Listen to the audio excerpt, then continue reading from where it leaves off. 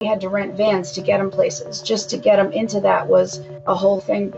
My husband got Grizzy for Luke and was basically Luke's best friend. They just did everything together. All of a sudden, he became lame. They just said, okay, maybe muscle something. I brought him back to the vet, and totally all his life just went like this. He couldn't walk. They diagnosed him with Wobbler's disease. Big dogs don't do very well with it.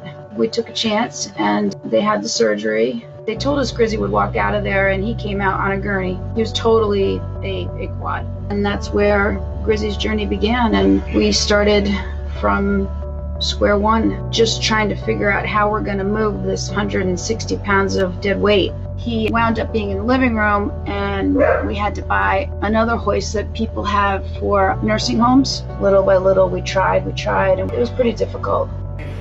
Oh boy. Okay, buddy. You know, basically Luke helped me throughout the whole thing. He read books to him. They would watch cartoons and do this and do that. I would wake up and Luke's not in his bed, and I find him on the dog bed with Grizzy. Luke and Grizz would just lay in the living room because he would be up every night at 2 o'clock wondering where we were. The vet says that if they don't walk after 4 months, they're not going to. And it was at the 4-month mark. But Grizzy hadn't given up, and we weren't going to either. Thankfully, in July, we found this place that they decided to take him.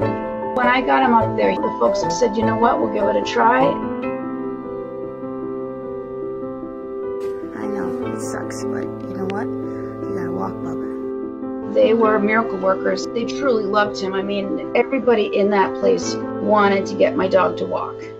He wanted all the attention. So if he was in the rehab room, Jen and Kelly were not paying attention to him when, say, we're in other treatment rooms. He'd want to know where they were. So I think that was another way Grizzy decided to help himself, because if he couldn't get his head up above the door to see what was going on, then he was unhappy. They would actually watch him, you know, like looking around, getting annoyed, whining, and then just trying until finally he would get himself up and he would rest his head on the door.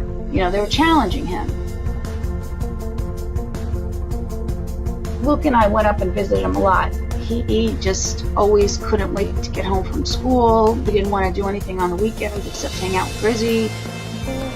I love Grizzy. They weren't giving up on him. He wasn't giving up on us.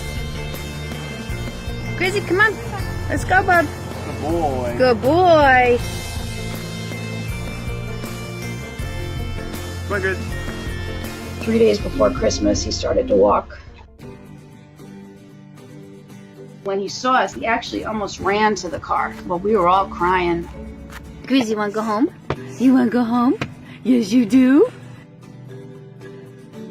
Once he got the momentum to get up on his legs, it was kind of no stopping him. If I don't hold on to him, he will run. No, Grizzy, don't you run, Grizz. Grizz! He defied all the odds, and my son got his best friend back.